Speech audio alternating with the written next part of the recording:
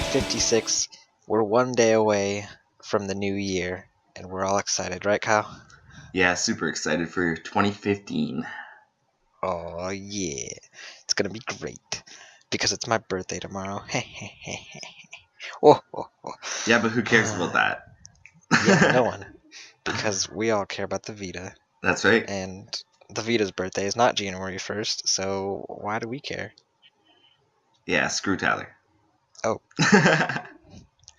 One day away from my birthday, Kyle, and you're still hating me. Well, I'll be nice on your birthday, but today I gotta be a dick. Okay, I'll let it slide.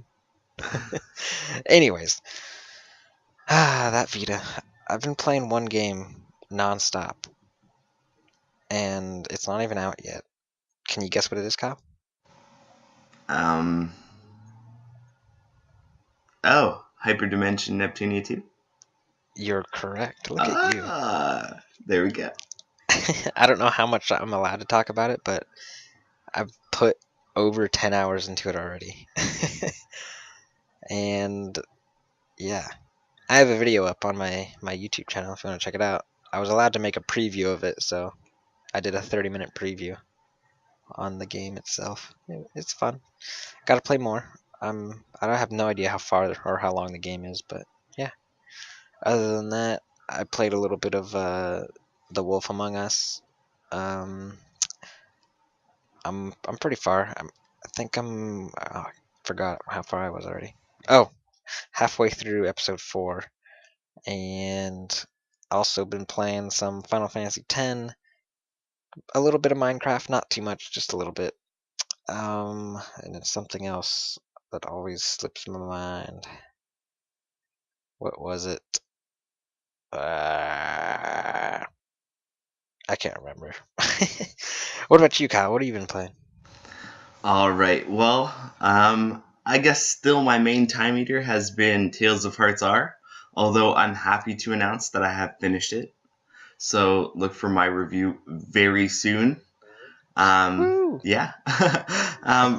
Yeah, woo for the wrong reasons a little bit for me. I didn't enjoy it too much. I guess I can see why other people would enjoy it, especially some of the elements that they included, but it's just not one for me that I'd go back to, and I think that might be my last Tales of Adventure, because, yeah, it wasn't that enjoyable.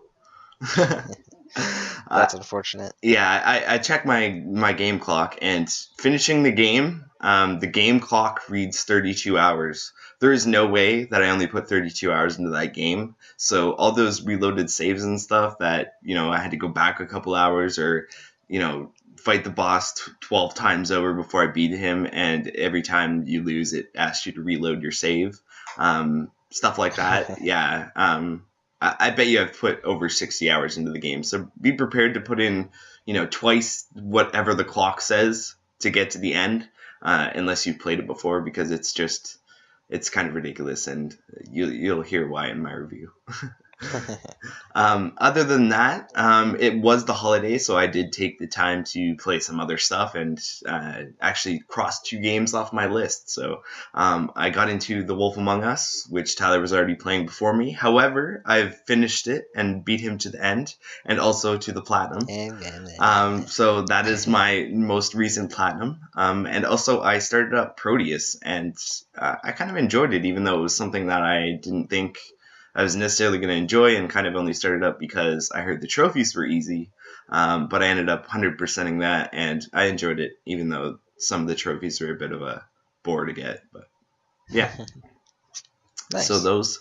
I also played some Danganronpa 2, did the island mode, cleaned up some trophies on that, played a little bit of Freedom Wars, and played some tabletop racing, so lots of games. Been all over the place. Yeah. Also on Christmas Day and Christmas Eve, I was playing Drive Club, even though the servers were kind of screwed. I got in before the meltdown, and I was playing that for a while, and then when I signed off, I couldn't get back on. Yeah, that PSN outage, whatever, was frustrating, but Luckily, the Vita doesn't have to be connected to play its games. Yeah, for the most part, I think some people had issues with PlayStation Plus games that needed to authenticate or whatever before they would run. I forget what the policy is on that, but I know that there's, some sort of, if you don't run them in a while, you have to authenticate and blah, blah, blah. It does it automatically every couple of weeks and all this crap. So apparently people are having issues there. But as far as actual games, like I was playing something off a cartridge and I played a couple of digital games I already had downloaded. Everything worked fine for me. So I didn't have an Yeah. issue. Yeah. Well, it's back up now, so that's good. Yeah, the DDoS seems to have subsided, and then the influx of everybody rushing on after it subsided seems to have subsided. So we're back to normal, it seems, or close to normal anyway. For now. For now. Yeah. All right. Well, that's what we've been playing, but we also have some reviews out. So we've been gone for about. Wait. Yeah, we missed last week's episode because I was sick, wasn't feeling too hot, so we postponed.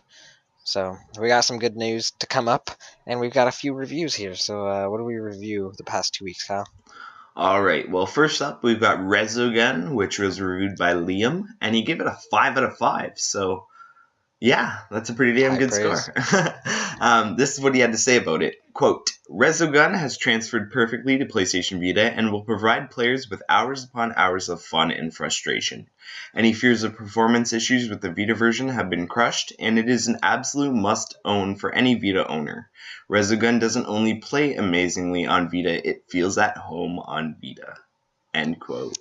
So, very nice. Sounds like if you're any sort of Resogun fan or a fan of the genre, you should read his review and then go pick up the game. And if you have it via the free PS4 version, which released, I think it was the end of last year, yeah, you can cross buy and get that free. So yeah, although it doesn't work in North America.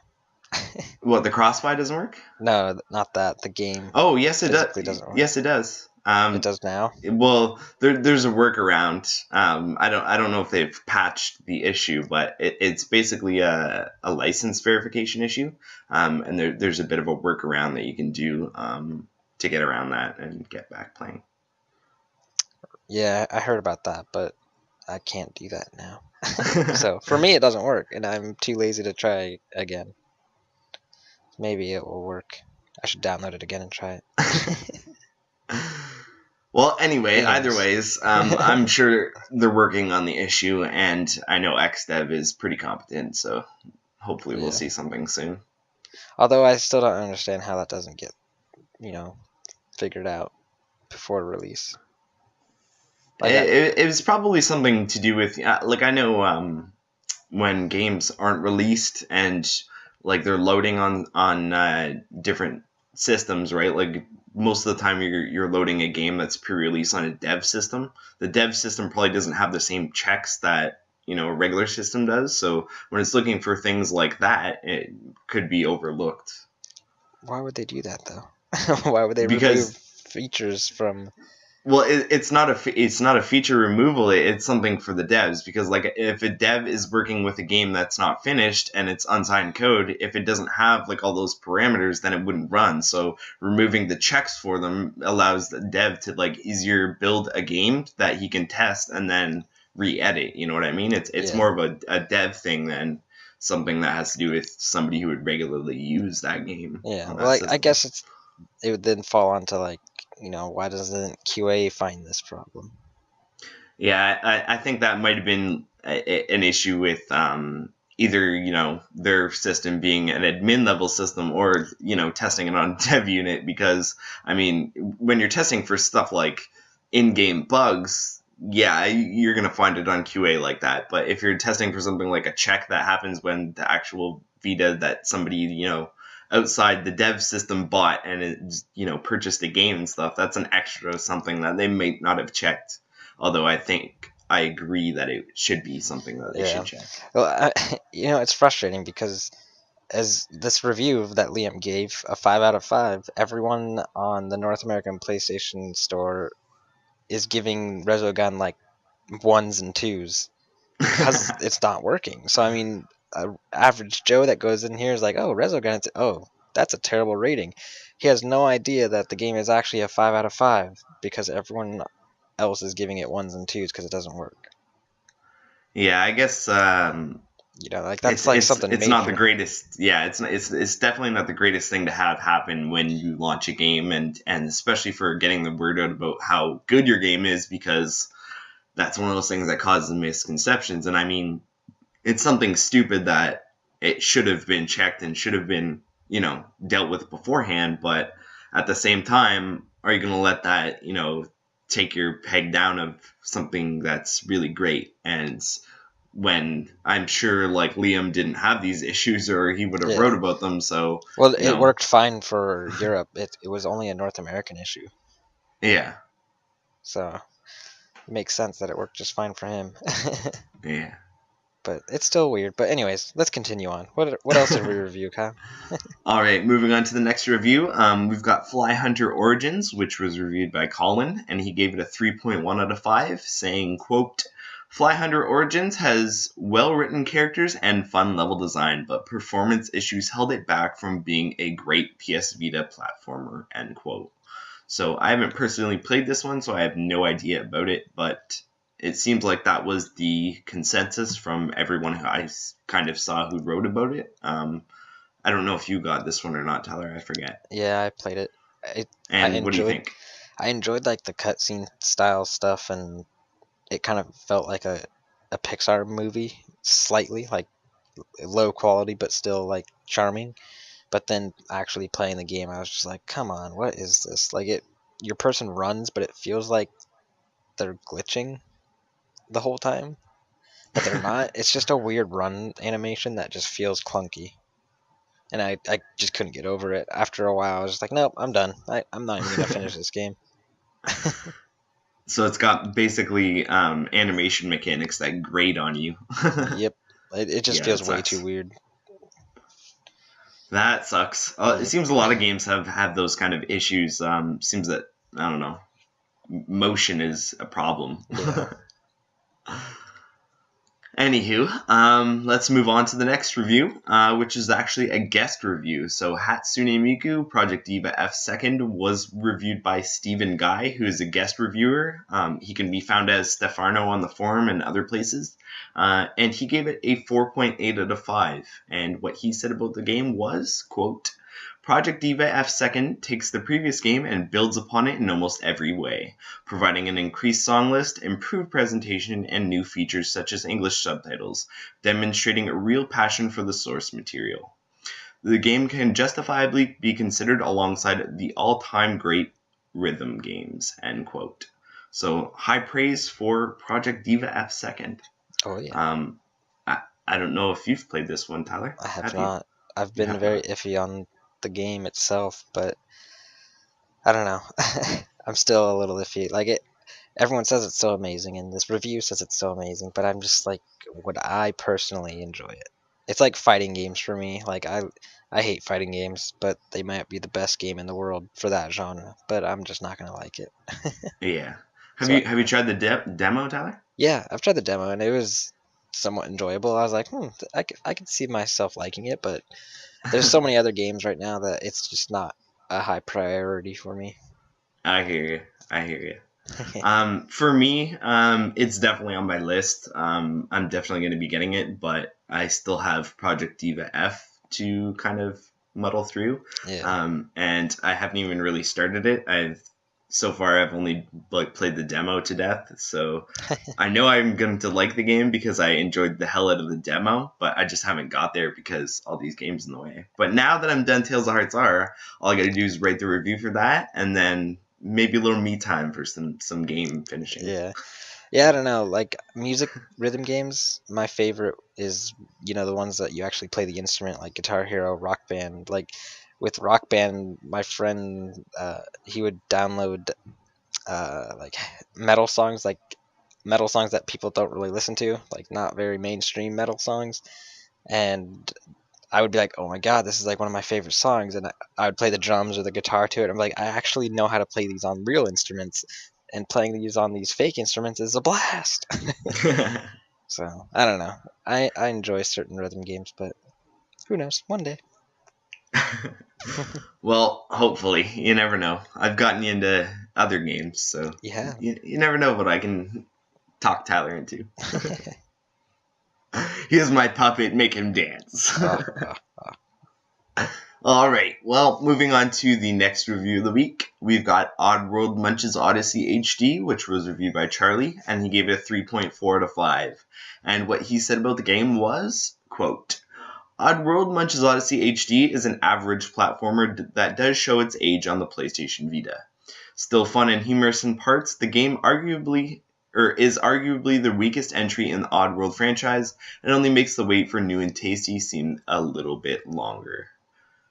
End quote. So it seems like he enjoyed it, but it shows its age. So if you're interested in Oddworld titles or might be interested in a platformer, maybe you should read his review before jumping in. What about you, Tyler? Have you played this one?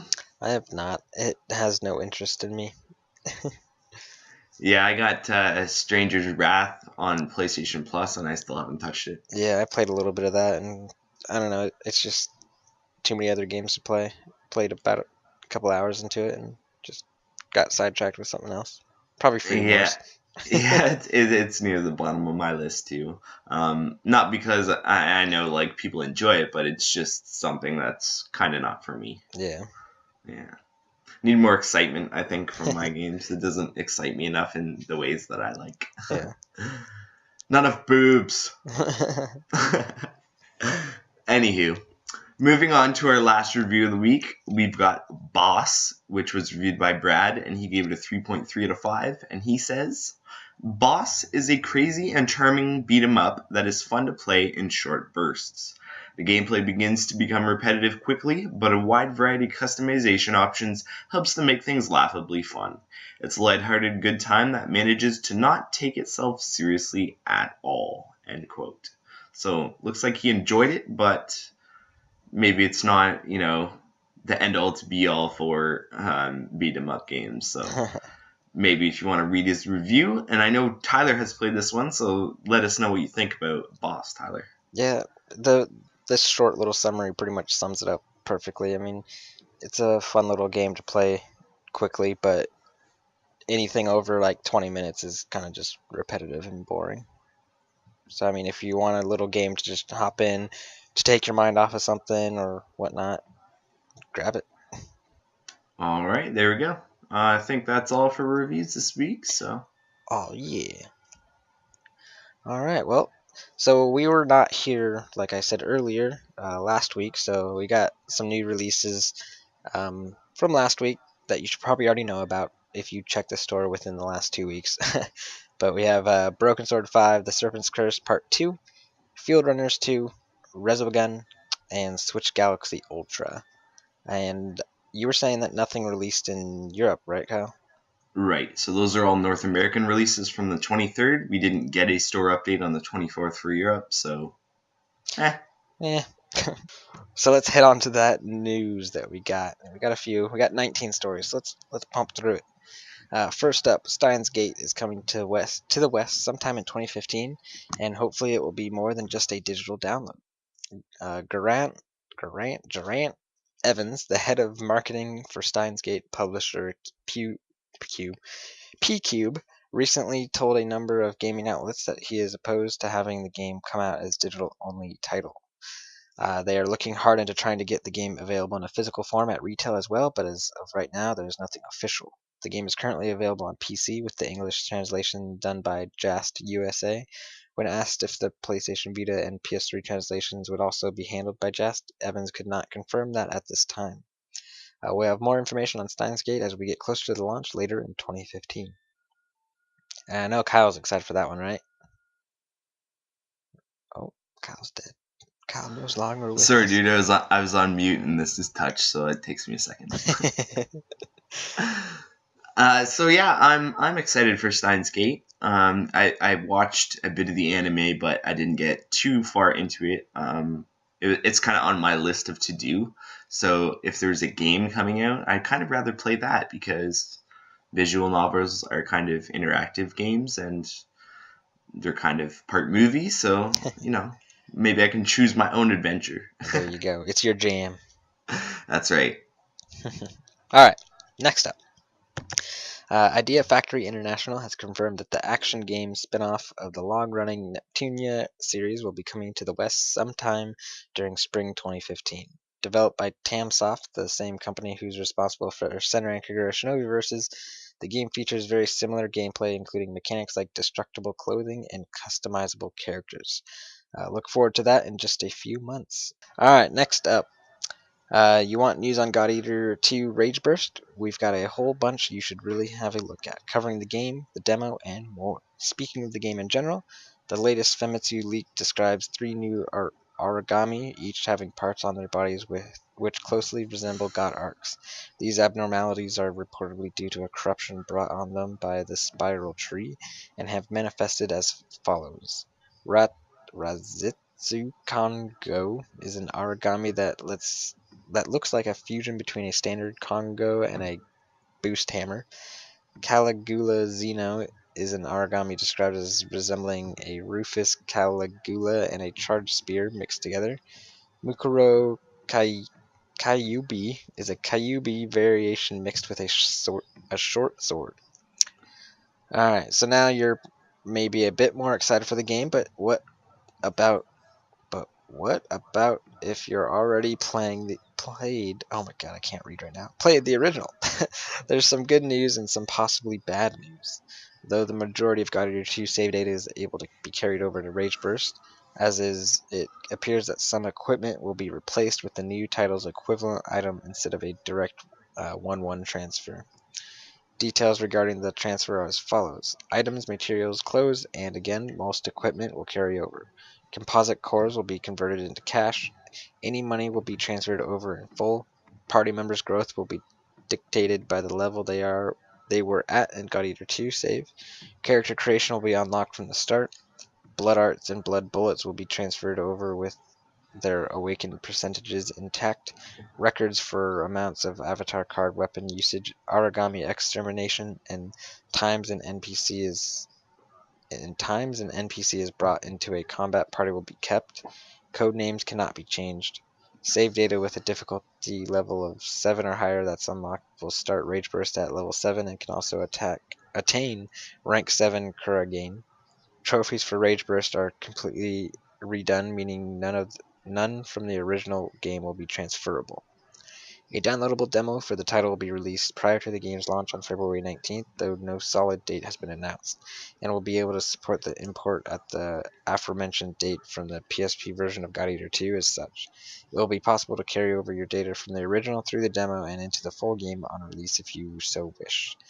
As an additional bonus, buyers of all 3 variations of God Eater 2, the PSP original, the Vita version, and the PS4 version will be able to transfer their save data from PSP to PS4 by using the Vita version as an intermediate oh my god, I can't read. As an intermediate and initiating a cross save to sync to PS4. Also announced this week is a God Eater series 5th anniversary presentation by Bandai Namco set to be held on February 4th at 1930 Japan time and live streamed via Nico Nico. The event will feature the latest news on the God Eater anime as well as other updates and special guests. God Eater 2 Rage Burst is due out in Japan on February 19th with no word yet on a Western localization, which I really wish they would. Yes, me too. Next up, Minecraft will be getting the Telltale treatment in Minecraft Story Mode, which has been revealed as the developer's next project. The creators of The Walking Dead Season 1 and Season 2, The Wolf Among Us, Tales from the Borderlands, and Game of Thrones will bring a player-chosen narrative to the sandbox survival game. Like Telltale's previous successes, the game will be released episodically. Also similar to the previous titles, it will be coming to a huge variety of platforms. So far, it will be released across the PlayStation Xbox platforms, as well as hitting PC, Mac, Android, and iOS. Little is known about the game's story at this early stage, except that the game will include new faces, familiar themes, and the same Minecrafty art style we all know and love. Except me. A nice touch is that feedback will be incorporated from the Minecraft community to make the experience as Minecrafty as possible. Mojang stated in a blog post that, quote, "We're not intending on creating an official story for Steve or explaining the world of Minecraft in detail. It will be a cool game," end quote. Since the release of The Walking Dead Season 1, Telltale have been on a strong winning streak with games that include gripping stories, interesting characters, and intense gameplay. With this in mind, you can be sure that all of us here at TBL are extremely excited, except me. And as soon as we hear more details on the PlayStation Vita port, we will be the first on the scene to bring you the details. So are you excited for that one, Tyler? I'm just weirded out by it. I don't understand it. Yeah, I don't really get it either. That's like making a Lego movie. Well, they did. I know. that was a bit of a rip on Lego there. There you go. Yeah, I don't know. I mean, if it's really good, then more power to them. But right as it stands, it just sounds like people wanting more money. So more money! Give us more! We'll see. Yeah. Anyway, moving on. Have you guys heard of Cosmophony? The well-received Wii U title will be making its way to the Vita, which was confirmed by Moving Players CEO Luca Benevoolo on Twitter. El Benevoolo said, "Cosmophony DNB indie game soon on PS Vita as well. Who'll be the next indie dev to join us?" and gives a link.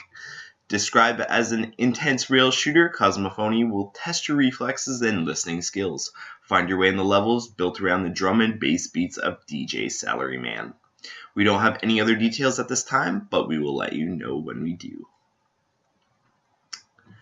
And moving on, by now, everyone who plays the game with any seriousness, we're talking Minecraft here, must know that there is some disparity between the PlayStation Vita and PC version of Mojang's block building masterpiece.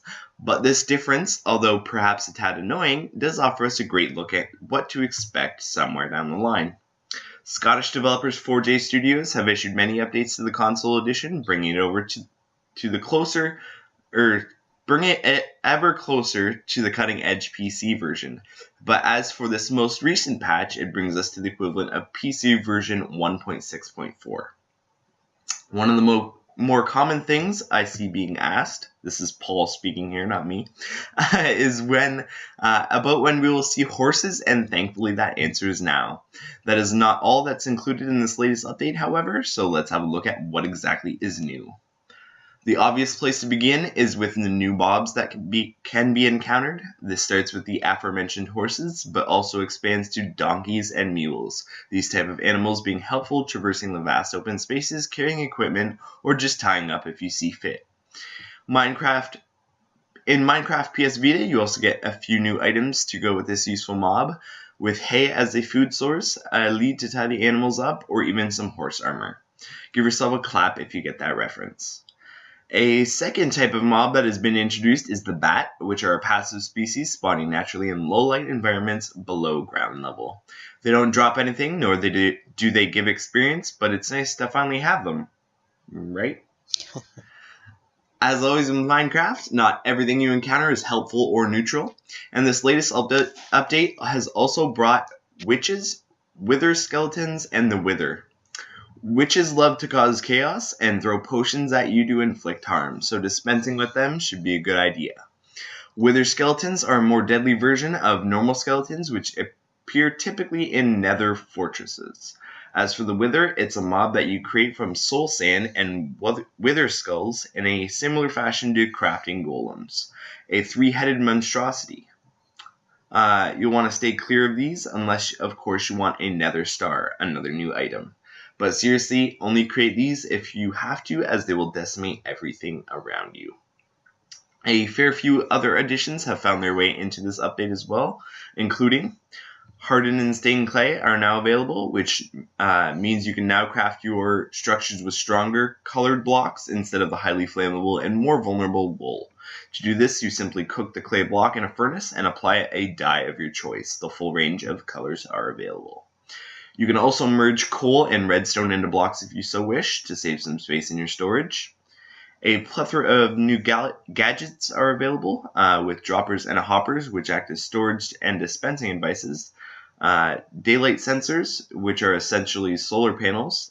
Activator rails, new minecarts with a hopper and TNT, new pressure plates, and even beacons, which emit a beam of light skyward. You'll also get the use of a redstone comparator for those of you that are skilled with the red stuff. Paul's not, however, so he won't pretend to know how to describe it. Running off the update and celebrating in style, we also have been granted the use of fireworks as well as the ability to name our mobs with the name tag. Interested in Minecraft? Get updating now. Oh boy. So much Tyler's Minecraft. loving this, aren't you? I haven't even played it yet. What the hell? Well, I played a I little. thought you were a Minecraft man, Tyler. I've been so busy and being sick, I just was like, oh, I'm sick. Perfect time to play games. Nope, I just slept and slept. Poor Tyler. Yeah, poor me. Anyways, let's continue on. Next up, this week's Famitsu has revealed that Experience are working on Tokyo New World Record Operation Babel, a sequel to Tokyo New World Record Operation Abyss. The dungeon RPG is due to release on the PlayStation Vita on April 30th at a price of 6,264 yen for a physical copy, 5,400 yen for a digital, and 8,424 for something that doesn't say anything because it's cut off, but I'm assuming would be the special edition. The I article think that's right. it just says and 8,424 yen, and then it ends. But yeah, most likely the special edition. The article in Famitsu introduces new characters: Hikaru Nanase, voiced by Rumi Akubo, and Kiru, voiced by Tetsuya Kakihara, alongside returning characters from the first game. There's also a new cross-blood system that allows players to set both main and sub-blood codes, which makes no sense to me because I don't know what that means. According to Famitsu, the Tokyo New World Record Operation Babel is 75% complete. Oh boy. Next up, Compile Heart have announced that Date A Live Rene Utopia is coming to the PlayStation Vita this summer in Japan. Originally released on PlayStation 3 last year, visual novel adventure titled Rene Utopia will be coming to Vitas in the Japanese region this summer, bringing with it new characters, new scenarios, and a new epilogue involving a fresh outbreak of Eden. Date A Live Rene Utopia is I've said that like 3 times. It's due out in the summer in Japan, so we'll let you know more. Wait a minute. With more news on the title coming on January 20th in Dragon Magazine. So look forward to that. Next up, in a shocking but certainly welcome move, Bandai Namco Games has announced the localization of mashup anime brawler J-Star's Victory VS Plus. Developed by Spike Chunsoft and published by Bandai Namco Games, J-Stars is an epic battle game featuring anime and manga characters from all over the spectrum. The game features a story mode where players battle through the characters' respective prefabricated universes, a 2-on-2 battle mode in which you can form teams of 4 for bragging rights, and an exclusive arcade mode giving you 3 ways to kick some ass with Japanese class. It's worth noting, however, that the localization will feature the original Japanese voiceovers with subtitles instead of a redone English voiceover, so those not looking for that pure Japanese experience might want to take heed. Releasing in the West this summer, you can look forward to more news on J-Star's Victory VS Plus as we approach the game's release window. For now, it might be time to check out past news on the Japanese version to get a better idea of what you're in for.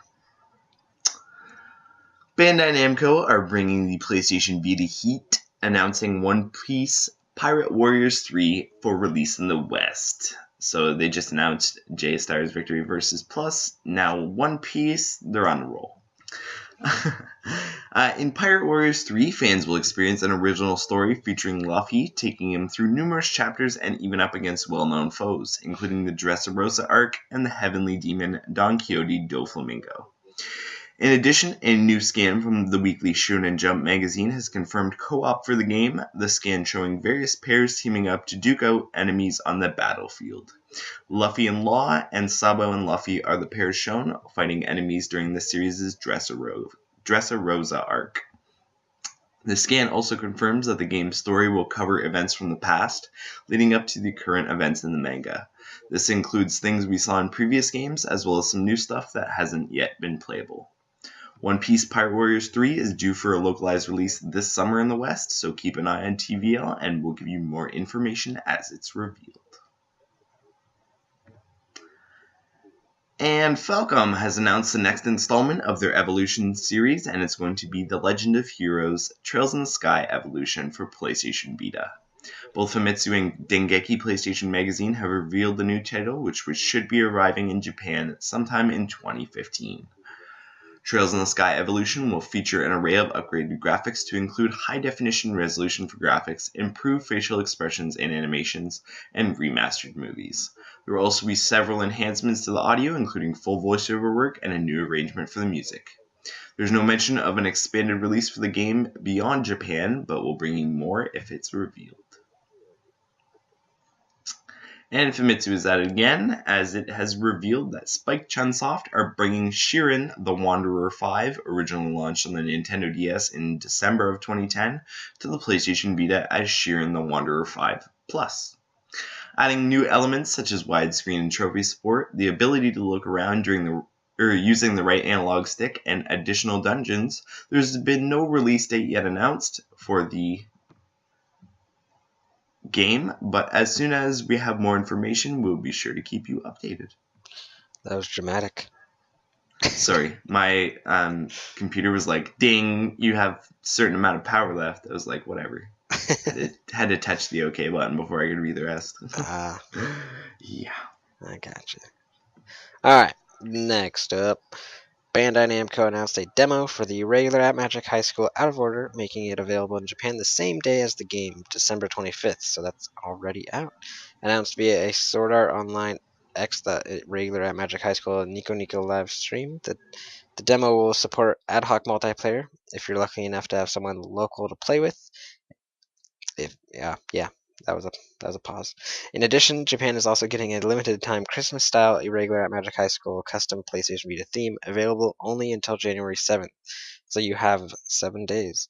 The irregular at Magic High School Out of Order and its demo are now available, so go check them out on the Japanese PlayStation Network.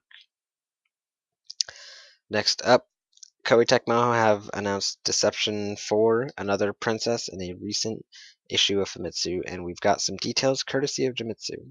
First up, we get our first look at a new character for the title, the Nightmare Princess Valgyru. She's the daughter of a devil, though she seems to have lost her advanced abilities due to a long nap and specializes in kicking techniques. Valkyrie Stars is the newly added quest mode, a part of the game where players can advance by clearing quests and progressing through a quest tree with 100 quests and new traps and abilities to obtain along the way. This might be one of the biggest additions to the title. Speaking of the progression in quest mode, at some point during your advancing, you'll happen upon Lagrina, the original protagonist of Deception 4. Appearing as a formidable enemy due to her previous training in the field, she won't go down without a fight. Aside from a look at the all-new quest mode, we also got word that this version of the game will contain an edit function called Deception Studio and a bunch of new traps, including 3 named Delta Horse Rodeo, Bleach to Die, and Wash Toilet. The PlayStation Vita version of the game is set to cost 5,143 yen as a digital download, or 5,800 yen as a physical release. If you're looking at it for a premium physical edition, however, the price jumps to a hefty 8,800 yen. Deception 4, Another Princess, is due out in Japan on March 26th, so keep an eye out on TVL for more updates when we get them. Next up, Jump Festa usually brings some surprises, and this year we got the surprise announcement of a new To Love Ru title for Japan. Titled To Love Ru Troubled Darkness, True Princess, it will, like its predecessor, be a visual novel-style love simulation adventure game in which your time is split between Senran Kagura-style battle scenes without stripping, and Monster Monpiece-style touch scenes and visual novel elements. Not much has been said at this point. We don't even know if it'll be developed by Furyu, like the last, but we'll be sure to update you as this one develops further. Yeah, Furyu. Furyu. Furyu. Furyu. Anywho, moving on, the team at Drinkbox Studios have dropped PlayStation TV owners and gift receivers a little present for the holidays: PlayStation TV support with a twist.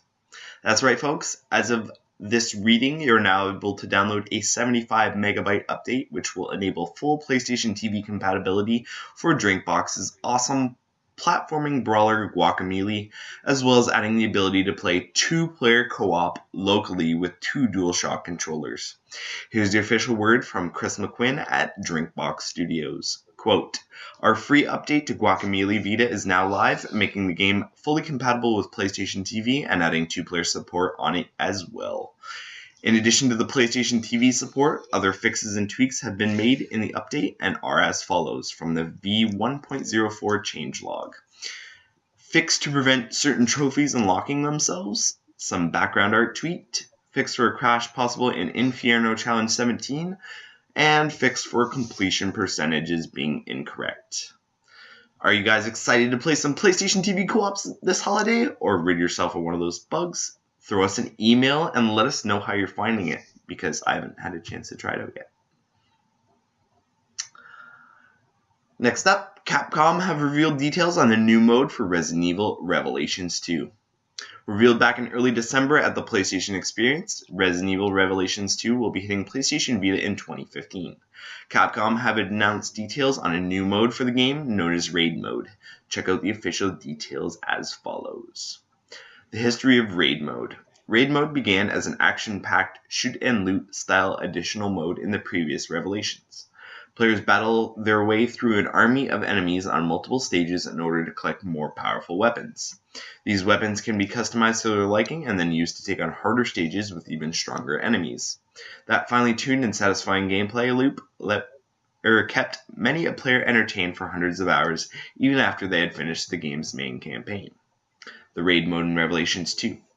Player customization. In Revelations 2, Raid Mode starts with choosing a character, and there are plenty of characters to match all tastes. After that, you customize your weapons and skills to ready for deployment. Raid Mode has always been about collecting loot such as weapons, custom parts, and currency. In Revelations 2, you'll also find treasure chests thrown into the mix. Remember, however, your ultimate goal is always to find and break the goal emblem at the end of each stage. Cooperative play. Raid Mode allows for cooperative play, including local 2-player split screen. Grab a friend and get ready to shoot your way through one of the most exciting additional modes in Resident Evil history. Resident Evil Revelations 2 will be an episodic title which will be released starting in February of 2015. Stay tuned as more details will be announced. Oh yeah. And the second last news piece here, it looks like anyway. New information pertaining to Digimon's story, Cyber Sleuth's story, and characters has been revealed via some new summaries. So the summaries reveal quite a bit of information. For starters, Omnimon will be returning, and he will be voiced by his original voice actor, Chika Sakamoto and Mayumi Yamaguchi. Hackers have also materialized in cyberspace, causing trouble by using the Digimon to commit heinous crimes. You can hear more about that as follows. So first up is Nokia and Omnimon. The battle against hackers is intensifying and the Digimon are getting wounded. In order to protect the Digimon, Nokia, together with their Agumon and Gabumon, take a stand to restrain the hackers. When Nokia's feelings for Agumon and Gabumon intensify, the Digimon change into their true forms. Omnimon. Omnimon is a Holy Knight type Digimon and a member of the Royal Knights born through the fusion of Virus Buster's War Greymon and Metal Garurumon. Via the earnest wishes of the people for goodness. It is a multi-type warrior with the characteristics of 2 Digimon. On its left arm, it has the shield and sword of War Greymon, and on its right arm, it has the cannon and missiles of Metal Garurumon. Goro Matayoshi. A veteran police officer and inspector who refuses to retire after 2 years with the police department cybercrimes investigation unit. He has a serious obsession with uncovering the truth, and even though he has mellowed out quite a bit over the years, he'll still use any means necessary to get to the bottom of things. His aggressive investigation methods got on the bad side of the higher-ups, and he was demoted ahead of his retirement. He's not well versed on cyber-related knowledge, and since he knows Kyoko from when her dad and him were co-workers, he frequently visits her for advice.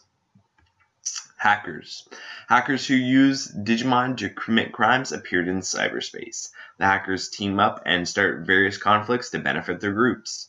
The clash between the biggest gangs, Zaxxon and Daemons, has heated up, and they're running wild. The protagonists scramble to get the gangs under control before cyberspace collapse, and who is the mysterious figure working behind the hacker scene? Jimmy Ken. He was originally an executive of the hacker team Zaxxon, but after deciding he wanted to do whatever he pleased, he and some other members left the group and formed the Daemons hacking team. Jimmy is its leader and has a hand in various criminal acts happening in cyberspace. Faye is part of the hacker team Zaxxon's executive staff. She has vowed absolute loyalty to the team leader and will purge those who go against the command of the group. In the Digilab, you can manage and train the Digimon you've obtained. You have the option of converting Digimon, evolving and devolving Digimon, switching party member Digimon, and depositing Digimon into the Digibank. You can also leave your Digimon on a Digifarm, a facility players can use to automatically level up their Digimon when they're not tagging along on the adventure. You'll be able to select a Digimon leader who will give your Digimon instructions in various areas like special training, development, and investigation. The efficiency of their actions will change depending on the leader Digimon assigned. Through special training, not only will your Digimon level up, but it's also possible their parameters will increase. Providing farm goods will allow for more efficient special training. Through development, they'll be able to produce items, equipment, and farm goods, and through investigation, they'll be able to better support your detective duties in discovering subquests and wanted hacker information. You can also feed your Digimon on the farm, and by feeding them regularly, you'll develop and deepen bonds of friendship with them. In addition to those details, it has been revealed that people who nab a first print copy of Digimon Story Cyber Sleuth will be rewarded with 2 Digimon, Black Agumon and Black Gabumon. As expected, both Digimon will evolve into their respective mega forms, Black War Greymon and Black Metal Garurumon. Further training the 2 Digimon will allow them to evolve into Omnimon Zwart. The first run copies of the game will also come packaged with a code to download a Digimon Story Cyber Sleuth PS Vita theme. Digimon Story Cyber Sleuth will be available in Japan next year. And hopefully sometime for us. Hopefully. I really, really hope so. Bandai Namco are doing real awesome with these localizations, so get on it. Alright, last story here, and it's a bit of a long one, so let's get into it. This week, we've been introduced to new characters and more from the upcoming Japanese release of Sword Art Online Lost Song. The 3 new characters that are coming to the title are named Seven, Rhine, and Samaragi, and what we know about them is as follows. Seven is the Puka race avatar of a youthful Russian woman by the name of Professor Sharvananaru, and is modeled after her actual appearance. A scientific genius, she and Akihiko Kayaba are often considered opposites, and as such she has the inspirational multiracial guild of Shamrock. Rhine is a leprechaun race character who deceives her appearance in being a mysterious character with excellent hide skills. A dainty-looking girl with something lurking beneath the surface, she takes to following Kirito and the others around for unknown reasons. Samaragi is an undying swordsman who also happens to be Seven's bodyguard and the leader in practice of Shamrock. His strength is supposedly the real deal, word around the water cooler being that he even bested the legendary demonic sword Graham. Now you may be wondering, how do these characters fit in? Well, no fear, as we've also got word on how they tie into the storyline, at least initially. Quote, having arrived at the floating city of Line, Kirito and the other members of his party encounter a guild by the name of Shamrock. As they go about clearing a set of new quests that have gone online, as a guild composed of veteran players across a myriad of races in the world of Alfheim Online, Shamrock is a guild that people can't help but notice. Arguably the most conspicuous of Shamrock's members is Professor Sharvin Nanario, who's in reality a petite girl. Nevertheless, her looks are deceiving. An alumni of MIT, she's appeared in the news a lot in recent times as genius girl wonder scientist and is conducting research on virtual societies formed within networks. Put simply, if Akihiko Kayaba, also known as Heathcliff, is the darkness belying the world of Alfheim Online, then Rainbow Arshaven is its light. Indeed, it's by meeting her that Kirito and the company's next great adventure is put into motion. Who's to say what impact the genius scientist will have on their lives after everything is said and done? End quote. It'll be interesting to see how that plot turns out, as Kayaba was quite an influential adversary for Professor Nanario to be the opposite of.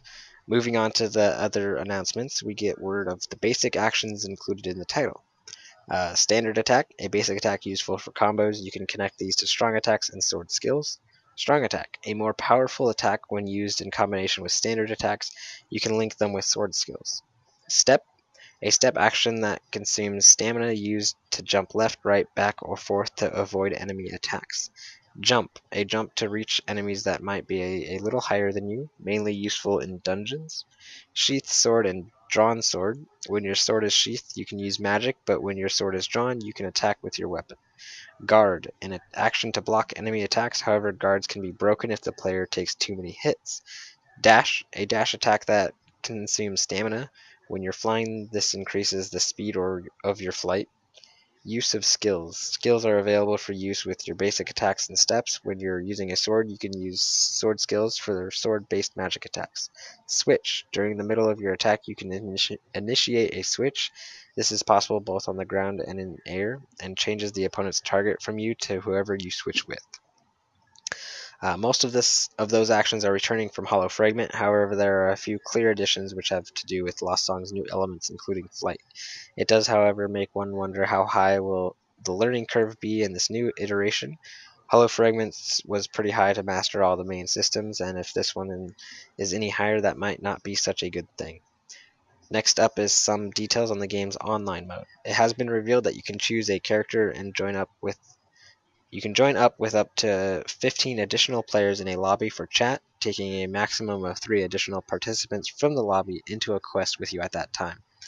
As with Moth games of this style, difficult quests yield higher rewards, so it's best to take the maximum amount of players for the tougher jobs. Sword Art Online Lost Song is set to release on March 26th in Japan, with no word yet on localization. But hopefully we will hear it soon. And that is the news. Boom. It's over. We made it. Sweet.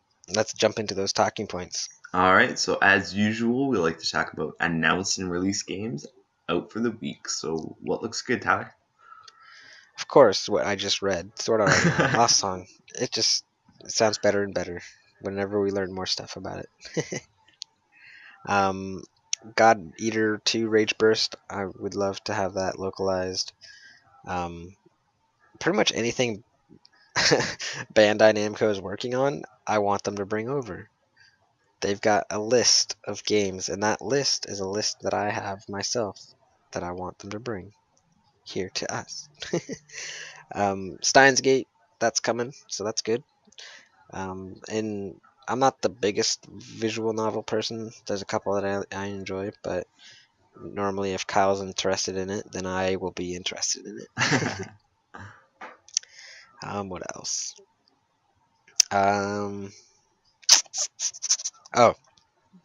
Resident Evil Revelations 2. That raid mode sounds badass, and I want that game. What about yourself, Kyle? All right. Well, it seems like there's a lot this week. I mean, it'd be easier to name stuff that I don't want. Looking through the list here, Steins Gate looks awesome. Hyperdimension Neptunia. I keep saying this, but I need to play these Hyperdimension games, and I think if they're as good as people keep telling me they are, then I'll probably want that one too. God Eater 2 Rage Burst. I'd love to have a localization of that. Tokyo New World Record Operation Babel. That sounds interesting, and I still want to kind of get into Tokyo New World Record Operation Abyss. So, yeah. J-Star's Victory Versus. I'm contemplating it, but I'm not sure yet. It's definitely on my to-watch list, but I don't know. There's just something about it. I'm just not quite sure yet. One Piece Pirate Warriors 3 looks good. I'm still looking into getting Unlimited World Red, so it would be down the line, but definitely looks interesting. I'm still planning to switch over and try that Irregular Magic High School demo, so look for maybe word on that from me soon, because I'm definitely interested in that. The Resident Evil Revelations 2, of course. Digimon Story Cyber Sleuth, of course, had level localization. And, of course, Sword Art Online Lost Song. So there's just lots this week that sounds really awesome and lots that I'm keeping my eye on. Yeah, 2015 is going to be good. Definitely. Got a lot. Definitely. All right, yeah. Ton of Bandai Namco games. Yes, a ton. They are working it. Now they just need to work it over here. Yeah, working across to the west, you guys. What the hell? Yeah. All right. So, listener mail. Sadly, everyone's just having fun with Christmas and not wanting to talk to us. Except, Tyler, during this little talking we've been doing, we've got a little bit of listener mail. So we do have some listener mail this week, even though we didn't think we would. There are two little comments here and question kind of things. So here we go.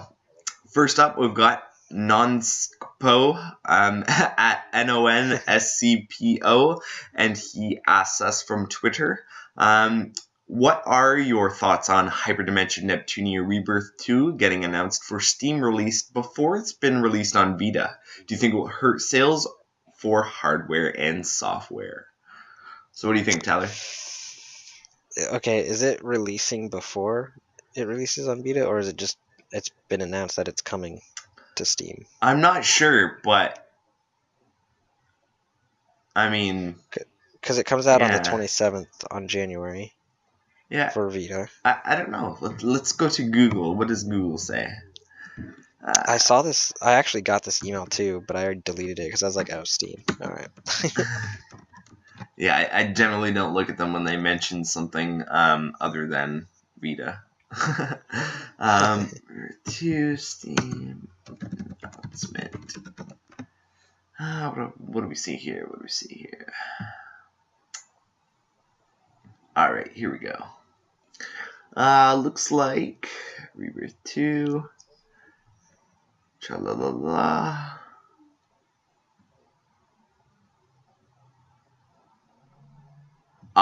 So no release dates yet. So it's just been announced. Yeah, so I guess he's saying is the announcement that it's coming to another platform that I guess is more popular going to hurt sales of the software and maybe sales of Vita hardware as well? No, I don't think so. I mean, people that own the Vita, I think if that's what they want it on, that's what they're going to get it on. People that maybe have been interested in this genre or this, series, it could. I mean, I really don't know how popular the game is, but I mean, maybe there's a few people out there that were like, man, I really wish this would come to PC. It's making me kind of want a Vita or whatever else it's on. And then they see this and they're like, oh, sweet. And then they just forget about it. So, I mean, it could have a small effect, but I don't think it's enough to really be noticeable, personally. Yeah, I'm gonna have to agree there. It would kind of be a bigger thing, I think, if the release date was before the Vita versions, because then people might be like, I need it now and I have to have it now and I'll get it on PC just because I have to have it. Because some people are like that, but even given that they haven't announced release dates and all this stuff, I don't think it's going to be that too much of a detriment to sales regarding Vita. Just because I think people will want to play the game where they have been playing it. I mean, that's probably where people played Hyperdimension Neptunia Rebirth 1, since that has also been announced for Steam, and obviously that's not out on PC yet. So, I mean, I don't think it'd be too big of a deal with that regard. Although it's, I guess, nice to get it onto other platforms, because hopefully then people will think, hey, maybe I can play this on the go. Hey, maybe, what is this on? Oh, it's on Vita. Maybe I should get a Vita. So maybe it'll be good. It could work both ways. Yeah. Yeah. So there you go, non-scapo. Maybe you should have let us know what you thought. But, that's always a good idea for next time. Thank you for the question. Yes, thank you very much. So moving on, AM Gamer at Alberto Marcillo on Twitter has a question for us. And he says, great 2014. What are your biggest hopes games for the Vita in 2015? Love the show. Biggest hopes and games that I want? It's very simple, and I've already got it. So I guess it's not really a big hope, but it's more for everyone else. I really want them to bring the 64 gig memory card here and make it, available for the general population that may be not aware of importing stuff. A game? What game? I would love for, I wouldn't really care what, oh god, what's the word I'm looking for? I can't think of the word. Not a specific title, but just a genre. I would love to see a developer really tackle another first-person shooter on the Vita. Whether it be Call of Duty, another Killzone, Resistance, something new that we've never heard of. I'd like to see that. I love Killzone, but bring us something else. What about you, Kyle? Yeah, I like that. Variety, we could all use some variety, and as great as Killzone is, it's nice to play something else that plays a little different sometimes, Yeah. Hopes for the Vita. I'm gonna have to agree with you. I think the one of the big things is getting that 64 gigabyte card over here.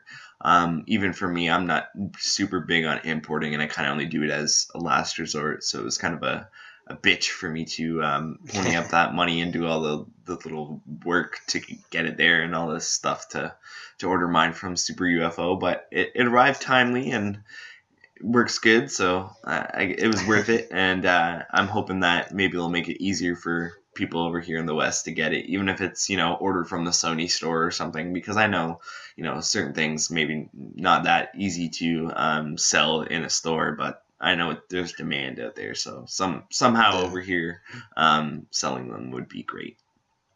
As for hopes, you know what I hope for? I hope for more localizations. That's what I hope for. There's a lot of games that Japan is getting that I really think that we should get, and based on games that have released in the past and other things, we really kind of deserve them, and I think they would do well over here. Some of the main ones, of course, Digimon Story Cyber Sleuth, the Sword Art Online Lost Song, X-Blaze, Lost Memories, so many. The other one that's pretty much top of my list is Danganronpa, another episode, or I forget what the hell ZZS is the acronym for the start of it. Zetai, Zetsu, Sujo, or something. I forget. Anyway, the Danganronpa another episode, because I'm really looking forward to that, and I'm kind of disappointed that with how great Danganronpa 1 and 2 are, and how well they are received over here, that we haven't heard anything yet. So what the hell, Spike Chunsoft and guys, let us know what the hell's going on here and tell us that we're getting it. So that's my hopes for 2015. Yeah. Thanks for the question. Yeah, thanks AM Gamer Alberto, and send us some more questions and comments. We love them. So there you go. That's our listening points or listening, blah blah, talking points and listener mail. Can't speak apparently. So we'll move on to one last thing before we leave, and that's the check this out for this week. And this week is me, and my check this out is going to be Danganronpa 2, Goodbye Despair. It's boy. yes, it's on sale in North America right now for $23.99 if you have PlayStation Plus and $27.99 if you do not. So that's a good $12 to $16 off of the list price of $39.99 digital.